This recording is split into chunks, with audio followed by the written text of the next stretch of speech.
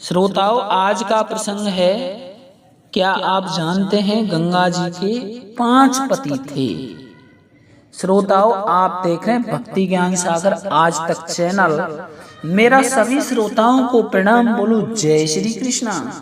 जो भी हमारे नए श्रोता हैं, हमारे चैनल को सब्सक्राइब करें और बेल आइकन के बटन को दबाकर प्रेस कर लें ताकि सबसे पहले आप हमारा वीडियो पा सकें। तो श्रोताओं, बहुत दिनों के बाद एक वीडियो लेकर फिर उपस्थित हुए हैं हम। अब हम आपको बताएंगे गंगा जी के 5 पति कौन कौन थे। तो श्रोताओं, पहले जो पति थे वो स्वयं भगवान विष्णु थे। भगवान विष्णु को पहला पति माना जाता है। ऐसा माना जाता है कि गंगा, यमुना, सरस्वती तीनों ही पहले भगवान विष्णु की रानियां थीं। जैसे स्वयं लक्ष्मी थी, ऐसे गंगा, यमुना, सरस्वती भी रही थीं। तो इसका वर्णन श्रोताओं विष्णु पुराण में मिल जाएगा और ब्रह्म वैवर्त पुराण में मिल जाएगा। आप आसानी से देख सकते हैं।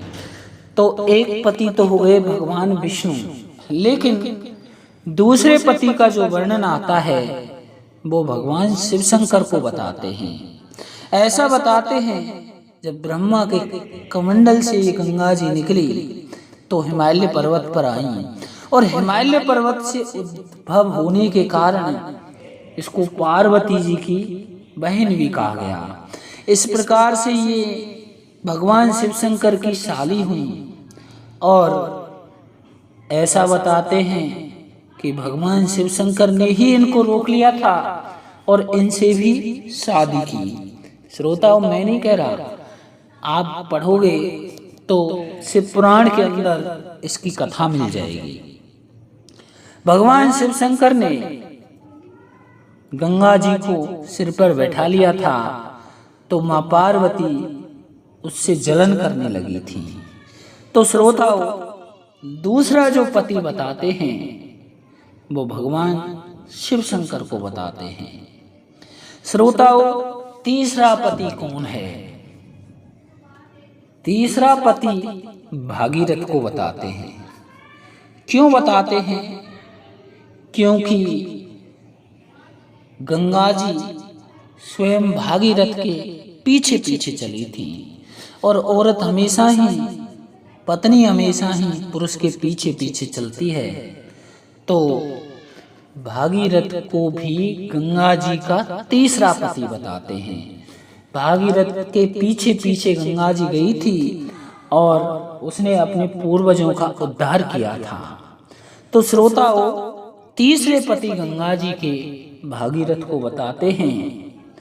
और चौथे पति श्रोताओं शांतनु थे, जिनसे उनके कई संतानें हुई थी, और भीष्म पितामह भी गंगा पुत्र थे। तो श्रोताओं, चौथे जो पति हैं गंगा जी के, वो चौथे पति और कोई नहीं बल्कि स्वयं शांतनु महाराज हैं। एक बार नृप शांतनु खेलन गए शिकार, गंगा जी के तट पर उन्हें पाई सुंदर नार। तो श्रोताओं, सुंदर नार और कोई नहीं थी, स्वयं गंगा जी थी। और गंगा जी ने शांतनु से पहले वचन भरवाए थे कि मैं जो कुछ करूंगी तो आप मेरे हाथ को नहीं रोकोगे। तो श्रोताओं, इस शर्त पर गंगा जी ने महाराज शांतनु से शादी की, और जो भी उनके पुत्र हुआ उसको वो गंगा जी में डुबो देती थी। लेकिन जब 8वें नंबर का पुत्र हुआ स्वयं भीष्म पितामह, तो शांतनु ने इसको रोक दिया था गंगा जी को कि इसको कहाँ ले जा रही हो। उसके बाद में गंगा जी ने भीष्म पितामह का पालन पोषण किया और बड़ा करके शांतनु महाराज को लौटा दिया था। इस प्रकार से चौथे पति माने जाते हैं श्रोताओं स्वयं शांतनु। अब 5वें पति कौन थे? 5वें पति श्रोताओं, जहां तक हमें वर्णन में मिलता है तो पांचवें पति और कोई नहीं बल्कि स्वयं सागर है। सागर कैसे है? जैसे कलयुग में आजकल देखा जाता है कि दामाद दूसरे के घर के तूफान को रोकता है, इसी प्रकार से स्वयं सागर ने भी गंगा जी को रोका, अपने में मिलाया। श्रोताओं, तभी तो कहते हैं गंगा सागर, अर्थात गंगा जी का नाम सागर से पहले लगा हुआ है। जैसे उमा शंकर, सीताराम, ऐसे ही लक्ष्मी, विष्णु, बहुत सारे ऐसे नाम हैं जो कि महिलाओं के पहले लगे हुए हैं, अपने पति के सामने लगे हुए हैं। तो इसी प्रकार से गंगा जी का नाम भी आगे लगा हुआ है समुद्र के, तभी तो कहते गंगा सागर। तो पांचवा पति स्वयं समुद्र है। इस प्रकार से श्रोताओं, हमने आपको 5 पति गिनाए हैं। एक बार पुनः सुन लीजिए। पहले पति तो स्वयं भगवान विष्णु हैं, क्योंकि गंगा, यमुना, सरस्वती तीनों की तीनों भगवान विष्णु की पत्नियां थीं। सरस्वती बाद में ब्रह्मा जी की पत्नी हो गई थी।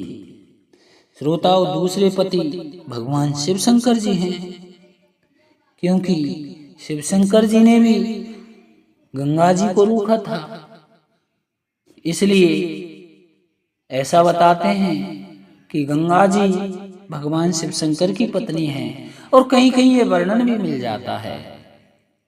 श्रोताओं, तीसरे पति भागीरथ को माना गया है, क्योंकि औरत कहीं जाती है तो औरत कभी आगे नहीं चलती, बल्कि पुरुष के हमेशा पीछे पीछे चलती है। इसलिए तीसरे पति भागीरथ जी हो गए। और चौथे पति स्वयं शांतनु महाराज हैं। इनका तो सब दुनिया को ही पता है, ये कथा महाभारत में उपलब्ध होती है। ये चौथे पति हो गए। और पांचवें पति स्वयं समुद्र हो गया, सागर हो गया। तभी तो कहते हैं श्रोता, गंगा सागर, उमा शंकर, रमा शंकर। तो श्रोताओं, सीता राम, ऐसे बहुत सारे नाम हैं जो औरतों के नाम पहले लगे हुए हैं। इस प्रकार से हमने आपको 5 पति बता के दिए हैं। श्रोताओं, कमेंट में जरूर बताना वीडियो कैसा लगा। इसी के साथ बोलो जय श्री राम।